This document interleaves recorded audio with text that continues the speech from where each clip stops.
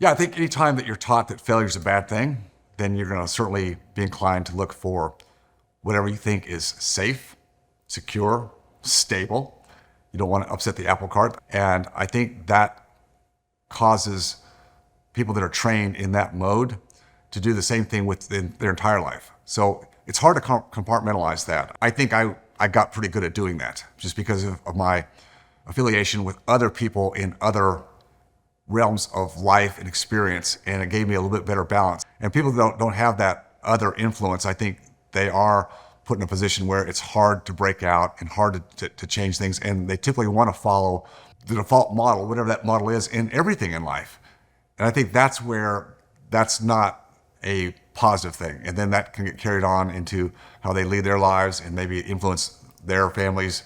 I think the society looks at success with different parameters. And certainly one is go to school to learn a trade or a profession or career. So that's the first step, is really to learn how to be a worker at different levels. No judgment, but just go out and learn to be a worker. That's what school teaches us first and foremost. And you get out in the world, and what you start to look at is, well, how do I identify with my peer group? Starting out, well, what kind of house can I move into from the apartment or whatever I lived in as a student? What kind of car am I driving? As you start to build a family, you continue to elevate from there. You go into debt to buy certain things. Could be a house, could be a car, and that in today's society is looked at is okay. That's part of the plan that you look at, and comes out to be really what the look is, and what other kind of associations you have. Or your kids in private school, perhaps that could be a mark in some communities of, well, you're doing well. So the people you associate with. And it all tends to be the same thing. It's really driven by what people consider to be class in your level of income or net worth, or in how you look by lifestyle.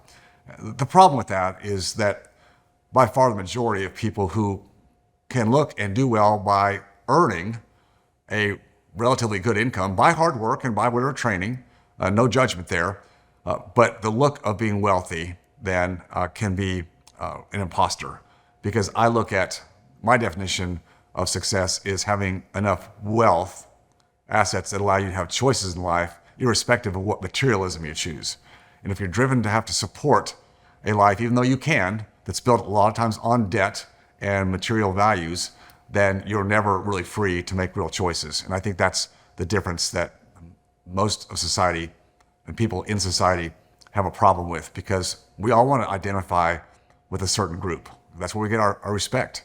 Well, how do I get to be a part of that group? Well, I have to look like that group. But then does that give you choices and freedom? And the real question is, real answer to that is no, it does not. I think the conventional path that society has set up for us to be what we would consider successful is go to school, work hard, get the grades, and climb that ladder of training to whatever level you can. And then you get out, you go into some debt to get the upgrade house and the car and the lifestyle, whatever that is. And you do this for 40 years in that construct, maybe save some money and give it to a financial advisor for your, quote, retirement. Then after 40 years, you're hoping that you're at a point where you can enjoy life. But you know what? That just never made sense to me.